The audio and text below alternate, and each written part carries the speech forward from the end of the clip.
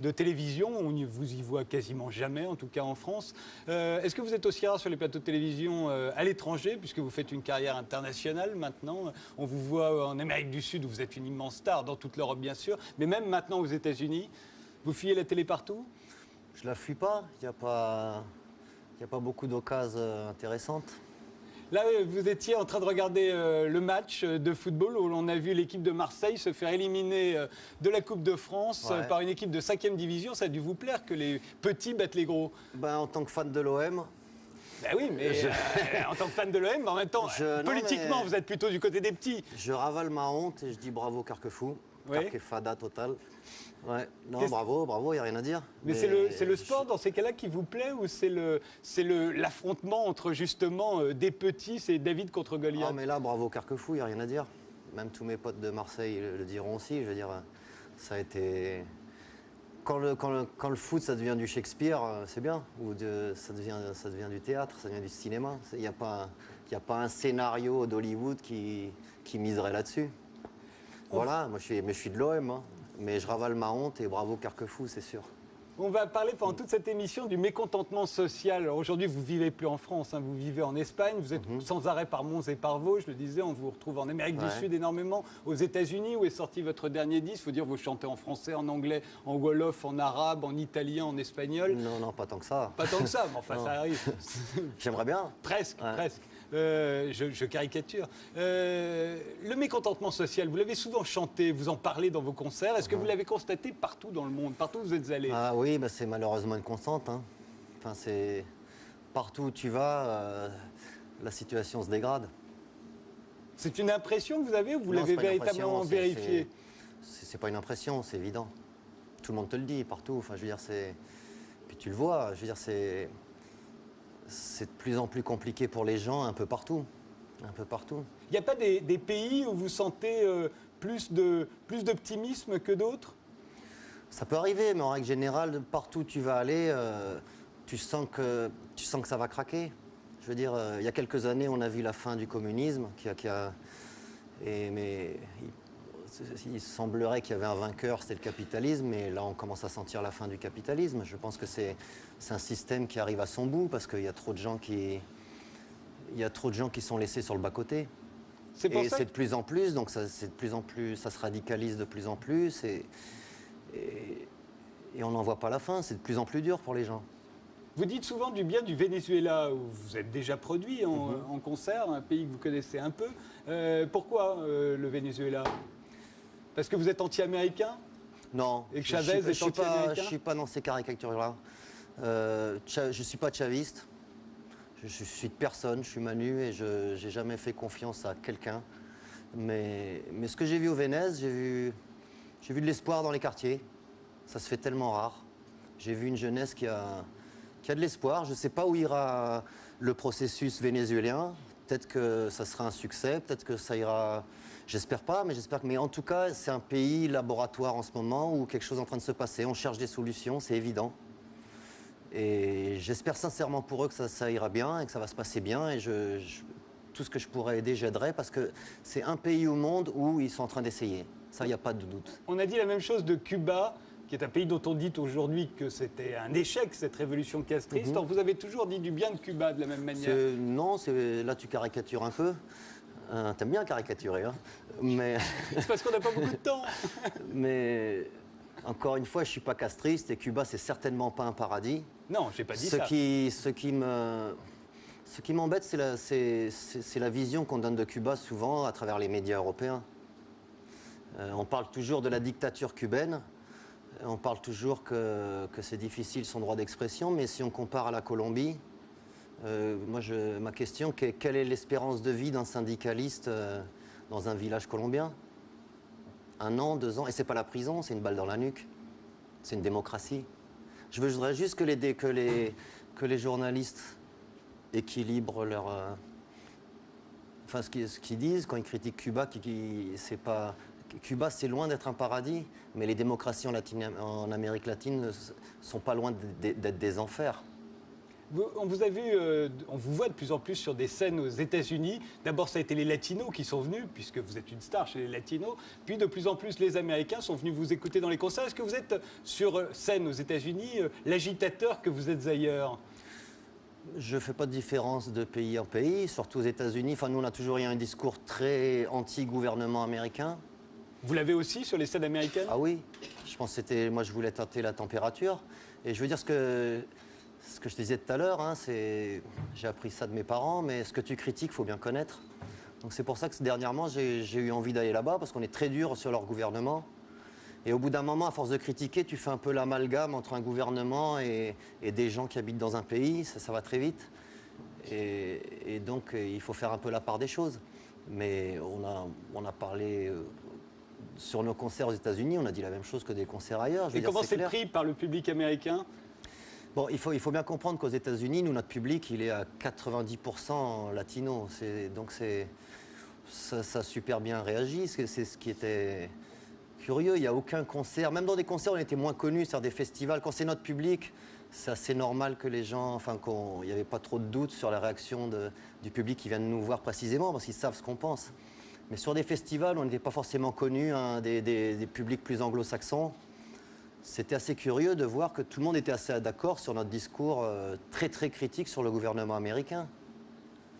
Et donc c'était assez surprenant parce que la question suivante pour moi c'était de dire mais là vous êtes 90 000 personnes à être d'accord avec moi, mais vous êtes combien à manifester tous les samedis devant la Maison Blanche ? 5, 10, 20, 100 ? C'est pas beaucoup. Alors ce que je leur dis, nous on ne peut pas se vanter d'avoir des présidents très terribles dans notre pays, que ce soit en France ou en Espagne ou ailleurs, on peut pas on n'a rien à vous dire au niveau de la déchéance de nos présidents, mais je suis sûr de l'esprit civique en France ou en Espagne que s'il y en avait un président comme Bush, on serait 500 000 dans la rue tous les week-ends. J'ai aucun doute là-dessus.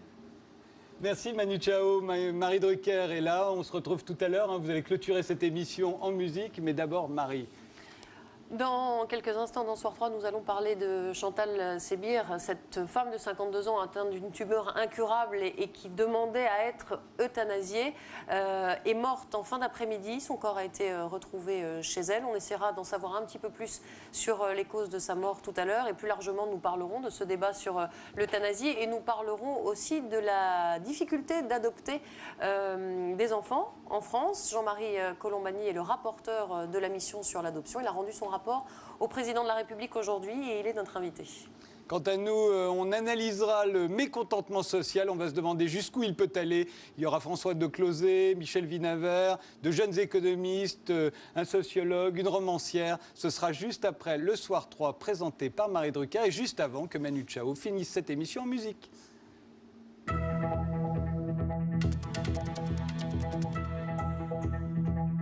Et voilà.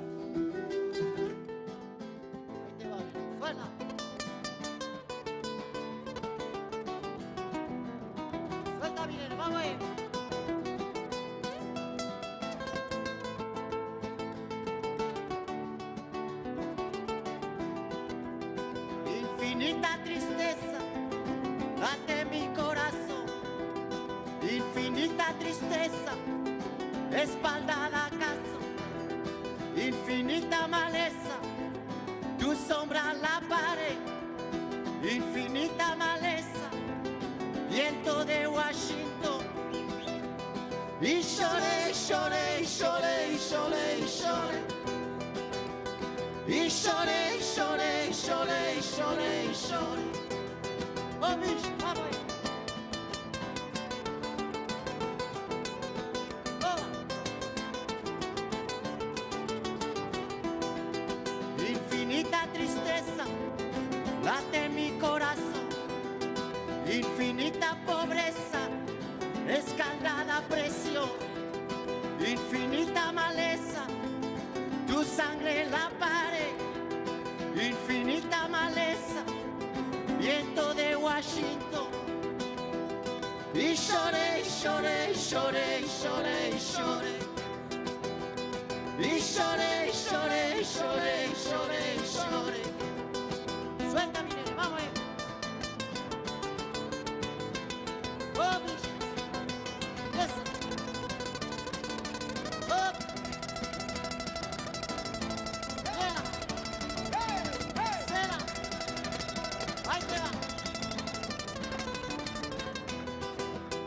Si yo fuera Maradona, viviría como él, porque el mundo es una bola que se viva a flor de piel. Si yo fuera Maradona y un partido que ganar, si yo fuera Maradona, perdido en cualquier lugar. La vida es una tómbola, de noche y de día. La vida es una tómbola, y arriba, sube la nena, vamos ahí, que venga la suerte, que venga.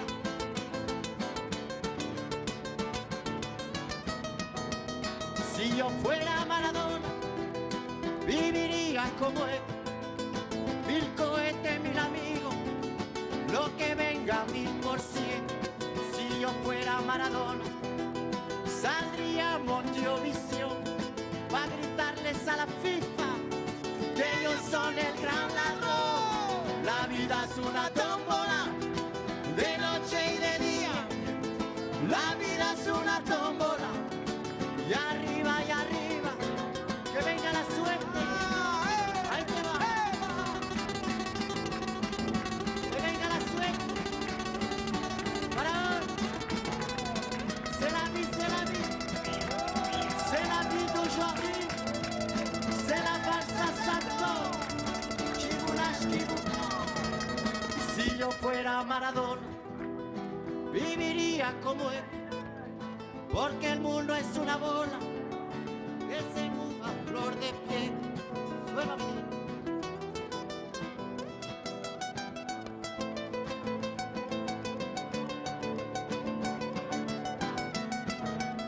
La vida es una tómbola, de noche y de día. La vida es una tómbola, y arriba. La vida es una tómbola, de noche y de día. La vida es una tómbola, y arriba. Te mata, nene, vamos ahí, suelta. Vamos.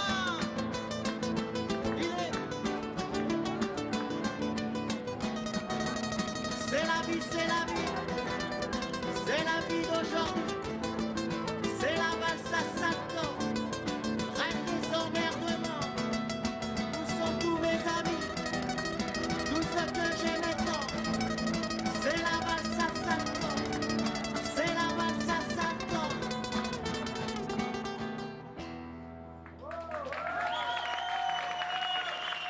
Merci beaucoup. Bonne chance à tous dans la valse à Santo.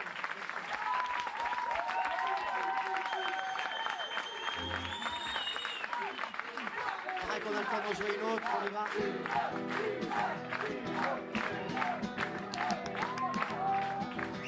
Me llaman calle baldosa, la revoltosa y tan perdida. Me llaman calle de noche, calle de día. Me llaman calle hoy tan cansada, hoy tan vacía, como maquinita por la gran ciudad. Me llaman calle, me subo a tu coche. Me llaman calle de más alegría, calle dolida, calle cansada de tanto amar.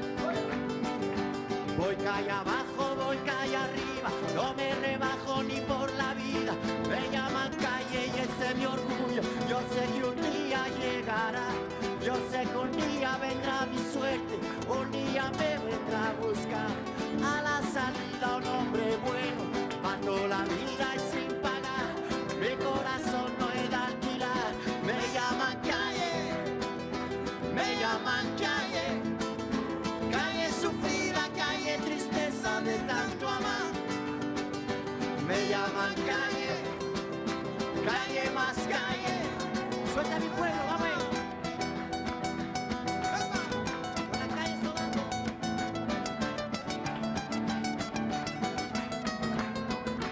Me llaman siempre y a cualquier hora, me llaman guapa siempre a deshora, me llaman puta también princesa, me llaman calle sin nobleza, me llaman calle